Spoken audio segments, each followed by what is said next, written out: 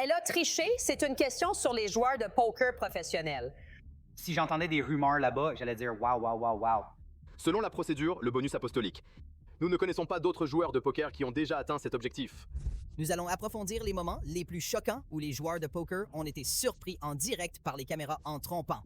Des appels audacieux qui font tout remettre en question les spectateurs et les joueurs, jusqu'à l'utilisation de l'intelligence artificielle et des solveurs de poker, ces joueurs ont repoussé les limites et ont payé le prix ultime. Préparez-vous à affronter le scandale, la colère et un regard derrière les coulisses sur la moitié inférieure de la main la plus controversée du poker. Cet appel a complètement bouleversé le cœur du poker. Notre premier arrêt était Hustler Casino Live, la scène pour la main la plus époustouflante et controversée de l'histoire du poker. Le conflit entre Robbie et Garrett est légendaire. Les deux joueurs détiennent des mains que la plupart des gens plieraient avant le flop, mais cette main est devenue l'un des appels héros les plus improbables de tous les temps. Est-ce que du génie, de la folie ou toute autre chose? C'est comme sa première fois. La télévision apparaît. Son premier, oui, c'était avant qu'il gagne tous les tournois. Oui? Non, Robbie a vraiment foiré. Ils ont annulé l'augmentation de salaire de Garrett et Jack est sorti. C'est aveugle contre aveugle, avec quelques fleurs de prunier. À 10,9, il va parier 2,5 livres. 100. Incroyable. Robbie se présente ici avec Jack 4 et Jack Clubs, une combinaison intrigante. Un professionnel expérimenté connu pour sa lecture aiguisée et son agressivité impitoyable, Garrett possède un grand draw réputé avec un prix de 11 000 $. Il exerce une pression maximale sur Robbie, espérant qu'elle s'effondrera sous le poids de sa stratégie. Un tirage combiné se déroule avec un seul cœur et quel spectacle fascinant. Regardez ça. Qu'est-ce qu'elle pense ici? Ella.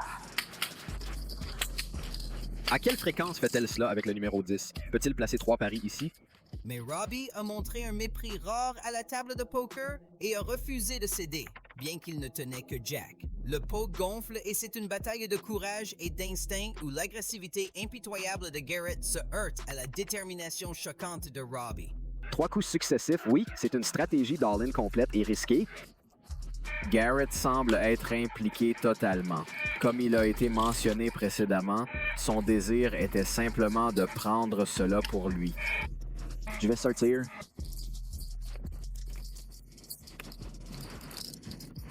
Elle. 10 qu'elle pense. Puis vient le moment de faire arrêter tout le monde. Robbie envisage de passer un appel que personne ne s'attendait à. Ses mains étaient si faibles que même l'idée d'appeler au téléphone semblait absurde. Pendant ce temps, Garrett, qui détient 8 holes mais possède 53% des actions, est technologiquement en tête des dieux du poker, doit être souriant alors que le pot continue de croître. Mais y a-t-il quelque chose de plus maléfique à l'œuvre? Elle appellera une fois, mais ça dépend de toi. Oh mon Dieu, cela continue sans relâche ici, une série d'événements étonnants. Une fois, mais ça dépend de toi.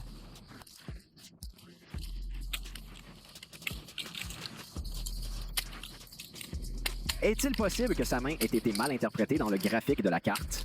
Ou quoi que ce soit. Les deux joueurs acceptent de courir 2 fois, mais ne veulent pas montrer leur carte. Refuser de montrer cette participation marginale? C'est une couche supplémentaire d'intrigue qui a surpris autant la table que le public. Mais serait-il envisageable que Robbie ait une raison cachée de dissimuler ses cartes, au moins pour l'instant? Allez au fleuve. La rivière est en neuf. Celle-là là. Ils vont certainement l'exécuter. 2 petits couples pour toi, rien de plus. Il m'a donné tant de crédit. Je ne savais pas quelle l'était. La première était bonne, allons-y. Retourne-la. Non, c'est vrai. Y a-t-il des sièges? Est-ce qu'elle a Jack Fort? Jack quoi? Regarde attentivement, c'est bel et bien ça. Observe profondément le visage de Garrett pour mieux le comprendre. Puis, les incertitudes de Garrett se transforment progressivement en doutes véritables, tandis que Robbie, avec audace, défie Jack High en convoquant le vent. La communauté du livre est dans le chaos. Est-ce un moment de gloire non filtré ou un signe d'un plan rusé? Et est tellement polarisant qu'il a déclenché une fonctionnalité d'édition interne qui a fait des vagues bien au-delà du monde du poker. Il n'a pas fallu longtemps avant que l'Inside Edition couvre l'histoire, la diffusant à un public mondial. Cet épisode brise la polémique des téléspectateurs quotidiens. La réputation et l'intégrité de Robbie ont été placées sous le microscope et des millions de personnes ont débattu si elle était la victime d'une chasse aux sorcières injuste ou le cerveau d'un scandale de poker. Elle n'a pas trompé son adversaire. La question concerne un joueur de poker professionnel accusé d'avoir été mêlé au plus grand scandale jamais vu dans l'histoire du jeu de cartes. Elle a pris 270 000 $ avec elle, mais a-t-elle utilisé des signaux secrets pour aider à gagner le jackpot? Voici Stephen Fabian. Ce joueur de poker professionnel si charmant aurait-il usé de tromperie? J'ai regardé environ 2500. Le match met le vétéran du poker Garrett Adelstein contre Robbie J. Lou, un débutant dans le monde du poker de ligues majeures. Oh mon Dieu. Mon Dieu. Robbie a remporté le pot de 269 000 avec un gagnant audacieux qui a surpris de nombreux fans qui regardaient le match en direct dans les casinos californiens. Qu'est-ce? Regardez. Adelstein, ancien participant de Survivor 2014, semblait totalement bouleversé par sa défaite. La couverture de What Happens Inside a élevé le drame de poker à la conscience dominante. Cet épisode décortique la controverse, transformant ce qui était autrefois un débat de niche en une discussion mondiale sur les fontaines d'eau. L'intégrité de Robbie est surveillée de près alors que des millions de personnes se demandent si elle est une victime innocente ou une menteuse. Adelstein affirme qu'il a clairement été trompé. Le spectateur aux yeux perçus a remarqué ce moment et Robbie semblait jouer avec la bague épaisse sur son doigt. Puis elle a mis sa main sous la table de poker et quand sa main est sortie, regardez, elle a visiblement tourné la bague sous le doigt. Dans un tweet, Adelstein se demande si Robbie possède un appareil caché qui peut simplement vibrer pour indiquer que vous avez les meilleures cartes. Cette joueuse élégante pourrait-elle avoir des partenaires surveillant les parties en temps réel? La bague vibrait-elle pour lui indiquer sa victoire? Plus intriguant encore, après la partie, Adelstein a mentionné que Robbie lui avait rendu ses gains. Dans leur format, Inside Edition présente l'histoire de Robbie, lui donnant une plateforme pour se défendre. Son point de vue ajoute une profondeur étroite, mais ne résout pas les doutes tournoyants. J'ai parlé à Robbie aujourd'hui. Avez-vous triché dans ce jeu de poker? Je n'ai absolument pas triché dans ce jeu de poker et l'enquête le prouvera. Pourquoi? Jouez beaucoup avec la bague. Je suis une personne agitable et je n'aurais jamais pensé que je l'expliquerais à la télévision nationale, mais j'avais le TDAH et je n'avais pas pris mes médicaments ce jour-là. Sal Piazzanti, spécialiste de la conservation, m'a montré un vieux buzzer scolaire appelé Thumper que Card utilisait autrefois. Treacher, J'arrive. mettez ça dedans. Lever. Tu l'entendras. Vibration, donc ce signal pourrait être le signal « Hey, vous avez une bonne main » ou peut-être le signal que quelque chose d'autre à la table a. Robbie a triché? La question persiste. Est-ce qu'elle a juste joué avec sa bague? A-t-elle des alliés au sein de l'équipe de production? Le débat continue de faire rage et il n'y a pas de réponse claire. Maintenant, qu'en pensez-vous? Partagez vos pensées dans les commentaires ci-dessous. Nous aimerions entendre votre opinion. Aimez-vous cette vidéo? N'oubliez pas de cliquer sur s'abonner et de sonner la cloche pour ne pas manquer le dernier drame de poker. Jonathan Tamayo dans un scandale de tricherie à l'intelligence artificielle lors du main event de la World Series of Poker 2024. La performance controversée de Jonathan Tamayo lors du main event de la World Series of Poker 2024 reste l'un des moments les plus parlés de l'histoire du poker. Le débat sur l'utilisation de l'intelligence artificielle et des solvers de poker en temps réel fait rage encore aujourd'hui. Un podcast mettant en vedette Daniel Negron New Dog Polk sur Alan Keating, où Negron New Dog accuse Mayo de franchir les frontières éthiques et de fournir le point de vue de nombreux professionnels. Daniel estime que l'utilisation de logiciels d'intelligence artificielle non autorisés par Tamayo lui a donné un avantage injuste et a terni sa victoire. La triche n'a pas sa place au poker et, à son avis, la victoire de Tamayo est nulle. Franchement, j'étais choqué que si j'entendais des rumeurs là-bas, j'aurais été wow, wow, wow, wow. Maintenant, quelque chose de nouveau qui n'existait pas au cours de la dernière décennie, ce sont les outils disponibles aujourd'hui provenant des solvers d'intelligence artificielle. Donc, je pense que, comme je le pense en partie, c'est probablement une bonne chose que cela se passe sur la plus grande scène parce que maintenant, c'est une conversation que nous devons tous avoir. D'accord, mon frère, est-ce la direction où nous allons? Les critiques franches de Daniel Negreanu ont totalement secoué le monde du poker. Le scandale entourant la victoire de 10 millions de dollars de Tamayo lors de l'événement principal de la World Series of Poker 2024 a mis en évidence la menace potentielle des outils d'intelligence artificielle pour le jeu. Negreanu a averti que la technologie incontrôlée pourrait remodeler le poker, érodant son intégrité et son esprit. Il y a essentiellement différents degrés de RTA, n'est-ce pas? Il y a une énorme version extrême dans laquelle vous jouez vraiment et vous avez une solution en temps réel qui vous dit quoi faire, comme si c'était la version la plus choquante. La version plus légère consiste à consulter un graphique avant chaque partie, préparant ainsi stratégiquement les actions futures. Mais tout cela, qu'il s'agisse de solver ou d'IA, reste interdit dans les tournois officiels. De mon côté, je me limite à noter dans mon téléphone des marques sur les joueurs pour m'améliorer. Comme je dirais, oh d'accord, je joue avec ce type aujourd'hui et je vais voir ça. Les notes traditionnelles permettent aux joueurs d'améliorer leurs compétences au fil du temps et de développer une compréhension plus profonde du jeu. En revanche, les outils d'IA peuvent enlever le facteur humain et transformer les jeux en calcul froid. Dans le passé, les joueurs perfectionnaient leur métier par l'expérience et l'apprentissage. Cependant, le solver d'intelligence artificielle contourne ce processus et réduit le poker à une série de mouvements calculés. Negreanu insiste sur le fait que l'ignorance des règles n'est pas une excuse. Que Tamayo triche délibérément ou non, la violation porte atteinte à l'équité du jeu. Cependant, même s'il n'y avait pas d'annonce claire, ignorer les règles ne justifie pas les actes. Nous devons chercher à mieux comprendre les limites acceptables dans ces cas particuliers. La critique de Negreanu à la défense de Tamayo est aiguë et directe, affirmant que l'ignorance ne décharge pas les joueurs de leurs responsabilités. Pour Negreanu, même une violation involontaire des règles peut compromettre l'intégrité du jeu, un point qu'il a souligné. Maintenant, nous allons nous concentrer sur la principale victime de cet impact, Jordan Griff, finaliste de l'événement principal de la World Series of Poker, qui a emporté 4 millions de dollars, nettement moins que la salle de Tamayo. Griff avait ses propres idées sur le sujet et a senti qu'il pourrait avoir été trompé d'une victoire immortelle. Je ne sais pas comment les choses auraient été différentes s'ils n'avaient pas utilisé le solver, mais vous savez, c'est même juste la tristesse, c'est l'histoire en dehors de l'événement principal, n'est-ce pas? Ça devrait être, vous savez, mais quelque chose de positif. Cela devrait être, vous savez, une grande histoire sur, vous savez, les gens qui font ces courses profondes entrent dans l'argent et, vous savez, essayent d'être des ambassadeurs du jeu. Ce dont nous parlons ici, c'est, vous savez, quelqu'un qui essaie de profiter de chaque petit avantage qu'ils peuvent. Jordan Griff se concentre sur le maintien de la World Series of Poker amusant et divertissant. Il a partagé sa déception que le scandale a détourné l'attention du véritable esprit de l'événement principal de la World Series of Poker. Au lieu de célébrer la victoire de Jonathan Tamayo comme source d'inspiration pour les futurs joueurs, l'histoire se tourne vers une discussion sur les logiciels d'intelligence artificielle et l'application Alec qui triche pour Jordan. La vraie perte ici est la façon dont ces controverses ont éclipsé les réalisations incroyables et les moments mémorables qui devraient définir le tournoi chaque année.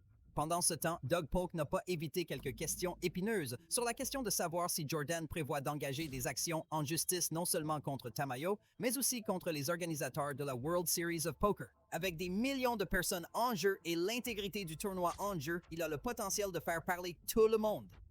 Si une affaire plus concrète devait se présenter, seriez-vous prêt à envisager des démarches judiciaires pour obtenir justice? Je dirais que c'était toujours possible, mais je ne l'ai pas fait. La réponse de Jordan semblait trop élégante, suscitant la spéculation qu'il pourrait être prêt à dire quelque chose. Mais comment les grands noms du monde du poker ont réagi? Nous avons recours aux idées de légendes comme Daniel Negreanu et Alan Keating pour comprendre où se tient la communauté du poker sur ce sujet brûlant. C'est pas clair. Je pense qu'une petite question très faible que nous avons soulevée ne figure pas dans le règlement écrit. Mais vous savez, nous avons des annonces de walkie-talkie qui sont certainement quelque chose. Mais les règles de jeu du Nevada, je dirais que c'est clairement contre. Si vous allez engager une action en justice, je pense que c'est ce qui compte vraiment. Allez-vous engager des poursuites en justice ici? Je suppose que tout comme dans vos places, aucun de vous ne ferait ça si votre marque ou si vous étiez célèbre. Mais s'ils estiment que leurs adversaires utilisent quelque chose d'injuste en leur faveur, devraient-ils engager des poursuites en justice? Je pense que d'un point de vue financier, c'est un CV négatif dans l'ensemble. Vous allez devoir dépenser une fortune sur un avocat. Il est difficile de prouver combien a été obtenu du processus et la plupart des jurés et la plupart des tribunaux n'ont aucune compréhension à ce sujet. Negreanu soulève une autre question clé. La communauté du poker plus large peut ne pas comprendre pleinement les implications de la tricherie assistée par l'IA. Expliquer ces nuances aux joueurs occasionnels est un défi majeur qui peut compliquer les efforts visant à faire respecter les règles et à préserver l'intégrité. Donc, je veux dire, il est vraiment peu probable que vous obteniez quelque chose de substantiel grâce aux frais juridiques. Donc, je ne pense pas que personne ne le sait, tout comme personne ne le sait à table. Et puis, la Floride sait, personne ne le sait. C'est comme si vous ne pouviez rien faire là-bas. Oui, mais les règles, la loi sont très claires dans le jeu du Nevada que c'est contre. Il n'y a pas d'ambiguïté. Ce n'est pas autorisé. Donc, vous savez, mais le tribunal et le jury ou le juge ou qui que ce soit, ils ne peuvent vraiment pas discerner ce droit. Je suis sûr que certains avocats prennent le relais juste pour gagner. Oui. Et puis, jusqu'où ça s'étend? Comme j'ai joué au tournoi et toi aussi. Par exemple, pouvons-nous porter plainte? Vous voyez ce que je veux dire? Comme... Je trouve juste embarrassant de porter plainte. Voilà. Oui, je suis d'accord. Être un homme, de toute façon, c'est comme se définir en dehors de la salle de justice. Vous savez, quand les gens utilisent les tribunaux pour prendre de l'argent des gens, je ne pense pas que ce soit approprié. Granu et Keating préconisent des règles plus claires et des mécanismes d'application dans la communauté du poker plutôt que de s'appuyer sur des batailles juridiques. Ils pensent que l'essence du poker réside dans son élément humain et qu'il doit être protégé contre l'érosion de la technologie. Bien que cela soit vrai, il est parfois nécessaire. Si vous réalisez plus tard que votre adversaire utilise le logiciel pour vous battre avec cet argent, ils sont là pour exécuter des calculs pour vous battre pour 4 millions de dollars. Je ne pense pas que ce soit fou et réaliste. Oh, mon adversaire a gagné 4 millions de dollars de moi en utilisant quelque chose qu'ils n'auraient pas dû utiliser. Je vais essayer de poursuivre ça. Bien sûr. Et alors, Slippery, et qui poursuivez-vous? Avez-vous intenté une action en justice contre les joueurs eux-mêmes ou contre les opérateurs ou les deux, n'est-ce pas? Keating a également relaté avec précision son expérience au cœur de l'événement principal de la World Series of Poker 2024. Il a partagé des analyses sur les enjeux étendus liés à cette controverse, insistant sur le besoin crucial de prendre des mesures concrètes et positives pour préserver l'équité dans les compétitions futures et éviter la répétition de tels incidents problématiques. On voit des ordinateurs portables sur le bord de la table et les gens se regardent comme « n'est-ce que pas tricher? Quelqu'un va sauter dedans. » Qu'est-ce qui se passe ici? Eh bien, ces situations ne sont pas compliquées si vous n'avez pas de gros jetons. Si c'est juste notre pliage ou quelque chose comme ça, alors il semble que les ordinateurs jouent au poker pour eux, sont poussés à ces tournois et disent que nous devons changer les règles ici. Ces choses doivent être interdites. Daniel et Alan sont tous deux d'accord sur la nécessité de la World Series of Poker et, bien sûr, d'autres organes de gouvernance doivent s'avancer. Ceux-ci soulignent qu'il ne s'agit pas simplement de résoudre un scandale, mais d'imposer des règles plus strictes pour prévenir des incidents futurs. Il s'agit de maintenir un terrain de jeu équitable, d'assurer l'équité et de maintenir l'esprit compétitif du poker. Même l'industrie du jeu du Nevada a des règles qui interdisent ce genre de choses. Vous savez, ils sont particulièrement appropriés pour des jeux comme le casino, comme vous ne pouvez pas utiliser aucun type d'aide dans le blackjack ou les craps, mais il s'étend aussi au poker et rend ces règles aussi claires que possible. Je pense que le solver ne peut être utilisé à aucun moment dans la zone du tournoi. C'est défini par toute la salle et toute utilisation d'un solver peut entraîner une disqualification. Ensuite, quand vous utilisez le solver, cela implique que vous savez de prendre des messages textes ou des informations de quelqu'un qui utilise un et de vous les transmettre, n'est-ce pas? Daniel insiste sur une mise en œuvre des règles plus claires et rigoureuses. Il a mis en avant la nécessité pour la communauté poker de disposer de réglementations transparentes qui guident les joueurs, maintiennent l'intégrité du jeu et instaurent confiance face aux évolutions technologiques. L'un des points de vue de Daniel, Ethan, a pris Alan au dépourvu et a révélé à quel point les solvers d'intelligence artificielle peuvent avoir un impact, surtout dans les actions pre-flop. Le problème est que l'assistant en temps réel, si vous voulez, est la gamme que vous venez de vous nourrir par un ordinateur quand la main suivante est sur le point d'être distribuée. Et il vous dit que ce qu'ils vont essentiellement faire, c'est le poker, les traiter comme 4 rues, n'est-ce pas? Donc, vous éliminez essentiellement une erreur potentielle. Cela revient à dire que si je savais ce que je faisais ici, je ne ferais jamais d'erreur avant le flop. Tu dois gérer le flop, le turn et le river en conséquence. Et surtout, quand vous regardez le poker en ligne, n'est-ce pas? C'est pourquoi je me suis dit, pourquoi tu ne l'as pas fait? C'est interdit. Vous ne pouvez pas utiliser ces outils légalement en ligne. Tu ne devrais pas. Vous n'êtes pas autorisé. Alors, pourquoi pensent-ils ou supposent-ils que vous pouvez faire cela dans un spectacle en direct? Franchement, je pense que c'est peut-être parce que les règles ne sont pas écrites aussi clairement qu'elles devraient en être. Granu souligne comment les solvers d'intelligence artificielle ont fondamentalement changé le poker, en particulier la stratégie pré-flop. Il estime que l'application incohérente des règles complique le problème et rend le besoin de réglementation claire et standardisée plus urgent que jamais. Donc, tout comme une partie de l'application de la loi doit venir des joueurs vendant d'autres joueurs, puis établissant des règles si strictes et importantes, l'avantage minimum dont Doug parle pourrait être de 100 000. Ça n'en vaut pas la peine. Quel type de pénalité devrait-il être exposé si un joueur est surpris à utiliser l'IA, un solver de poker? Alan Keating a aussi rejoint la scène, estimant que les conséquences doivent être assez graves pour empêcher de futures violations. Ces idées ont initié un débat crucial sur l'équilibre entre innovation et justice, préservant le caractère compétitif du poker malgré les évolutions technologiques. Je veux dire, la pénalité du tour A2 est un peu comme une gifle au poignet. Comme 3 big blinds, qu'est-ce que vous perdez? Vous savez, je trouve que c'est énorme. Premièrement, c'est énorme. Il y en a trop. Ça devrait être beaucoup.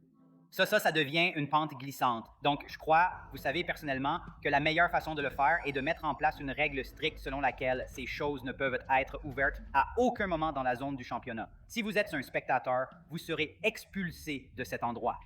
Si un joueur est attrapé, comme Alan l'a dit, cela pourrait aller jusqu'à 2 tours ou même une disqualification complète.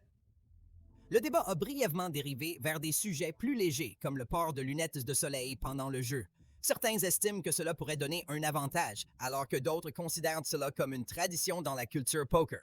Cette discussion montre que poker peut aussi être une simple distraction. Mon groupe de jeu en plaisance fait que c'est amusant. Quand quelqu'un arrive avec des lunettes de soleil, on le taquine tout de suite. Comme avant qu'il ne les enlève, nous affirmons que vous ne devriez vraiment pas porter de lunettes de soleil. Personnellement, j'interdirais complètement les lunettes de soleil. Vous pensez des lunettes de soleil? Pensez-vous que les lunettes de soleil sont utiles pour les professionnels ou les Rex? Plus important encore, cela permettra certainement de sortir les gens du jeu. Doug Polk fait un point intéressant selon lequel les lunettes de soleil pourraient aider les joueurs occasionnels à se sentir plus à l'aise à la table. Le maintien de l'équilibre entre l'intégrité concurrentielle et l'accueil des nouveaux arrivants reste une considération cruciale.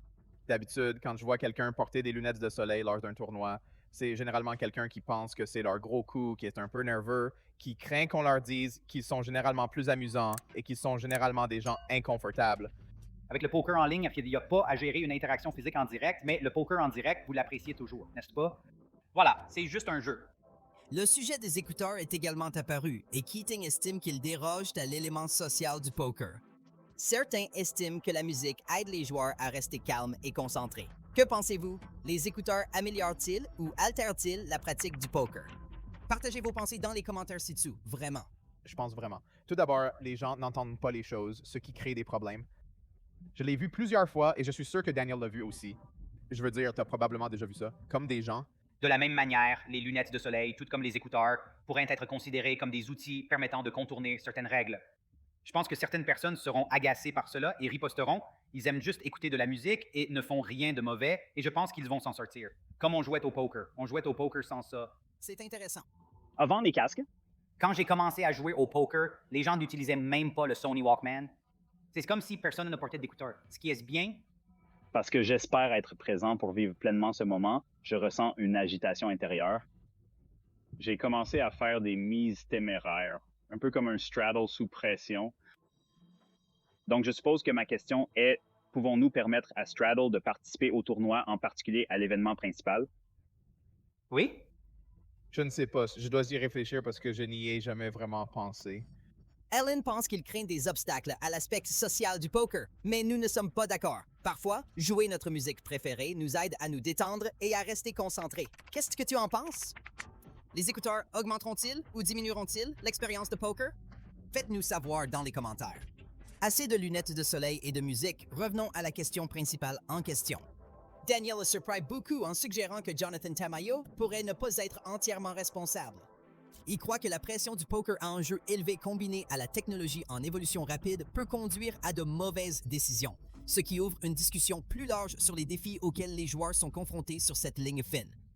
Je veux être prudent, nous n'aimons pas la bobine de ce but surmonté, Jonathan, parce que comme tous les groupes féroces, semble être un bon gars. Je ne pense pas vraiment qu'il l'est. Je pense qu'il est immergé dans le présent et qu'il fait juste ce qu'il fait. Son entraîneur lui donne quelque chose. Comme si je ne pense pas qu'il pense consciemment à l'optique ou quelque chose comme ça. Encore une fois, ce qui frappe le plus, c'est ce qu'ils agissent ouvertement, donnant l'impression qu'ils ne conçoivent pas ces actions comme mauvaises. Ils cherchaient simplement à remporter 10 millions de dollars. En ce sens, je ne peux pas vraiment le blâmer. Toutefois, j'espère qu'avec du recul, il réalisera combien ces actes peuvent sembler problématiques et qu'il choisira une nouvelle approche différente de celle suivie par Dominic. Cela soulève des questions plus grandes sur la façon dont le jeu peut évoluer tout en conservant ses principes fondamentaux. Grâce à ce scandale, Negreanu est devenu la voix principale de l'équité et de l'intégrité, soulignant que l'avenir du poker dépend de l'adaptation responsable à ces défis. Mike Possible surprise en train de tricher sur Stone's live poker stream. Les accusations infâmes de tricherie de Mike Possible sur Stone's Live Poker Stream demeurent un chapitre sombre dans l'histoire du poker. Veronica Brill, un commentateur respecté et membre de la communauté du poker, a pour la première fois remarqué les irrégularités dans les jeux de Possible. Sa série remarquable de victoires et sa prise de décision presque parfaite soulèvent des questions parce qu'ils ont toujours ignoré les normes de la stratégie de poker traditionnelle. Sa capacité à faire un appel correct, un fold ou un relèvement avec une précision étonnante l'a convaincu que quelque chose n'allait pas. L'intuition de Brill, selon laquelle le succès possible n'est pas uniquement basé sur les compétences, l'a poussé à enquêter davantage. En septembre 2019, Greer a rendu public ses commentaires en utilisant les médias sociaux et les interviews pour souligner la possibilité d'un succès apostolique continu. Elle partage des exemples de ses décisions qui ressemblent à des mains presque surhumaines, accompagnées de clips vidéo de drames extraordinaires. Ces déclarations ont rapidement attiré l'attention de la communauté du poker. Selon le procès, le gain de l'apôtre, inconnu de n'avoir été réalisé par aucun autre joueur de poker, décrit ses chances de gain comme insondables dans les statistiques du poker professionnel mondial. Dans une main remarquable, dans un jeu récurrent de Stone Live Texas Hold'em, Apostle a montré son style peu orthodoxe récurrent et Brill a exprimé ses doutes. Malgré une main ferme, l'apôtre choisit de jeter ses cartes plutôt que d'appeler le vétérinaire et de laisser un commentaire de Brill. Ça n'a aucun sens. Comme s'il savait que ça n'avait aucun sens. C'est bizarre. Une semaine plus tard, Brill a redoublé de scepticisme en publiant une vidéo de 18 minutes ainsi qu'une série de tweets montrant l'apôtre. Toujours singulièrement, votre main s'écarte des normes établies du poker professionnel. Dans chacun des exemples mis en évidence dans la vidéo de Brill, il est possible de gagner ou d'économiser de l'argent en jetant une main forte qui devrait traditionnellement être jouée selon les principes des joueurs de poker professionnels, la théorie des jeux et la sagesse conventionnelle. Les accusations ont déclenché un examen approfondi du gameplay de Possible. Des analystes et des joueurs ont passé en revue des images d'archives de la diffusion en direct de Stones, soulignant que le comportement de Possible semblait trop précis pour être expliqué uniquement par la variance normale ou l'expertise du poker. Beaucoup de gens se demandent pourquoi un joueur possédant de telles compétences parentales ne peut pas rivaliser au plus haut niveau avec un adversaire de classe mondiale. La communauté du poker s'est unie derrière Brill et a lancé un effort collectif pour découvrir la vérité. Une enquête sur Possible Games a révélé des schémas qui suggèrent qu'il aurait pu avoir accès à des informations qui n'étaient pas accessibles à d'autres personnes à la table. La preuve croissante ajoute à la crédibilité des allégations et du champ, un scandale qui a secoué le monde du poker. Malgré les preuves de plus en plus nombreuses et un large appui aux affirmations de Brill, Possible a constamment nié toute faute. Son refus d'admettre des erreurs a divisé la communauté du poker, certains le considérant comme un menteur et d'autres remettant en question l'étendue des preuves contre lui. Tu crois que Mike a peut-être triché? N'oubliez pas de vous tenir au courant de tous les derniers scandales de poker, combats épiques et les plus pathologiques. Assurez-vous d'aimer, de vous abonner et de cliquer sur les notifications. L'horloge éducative. Merci d'avoir regardé.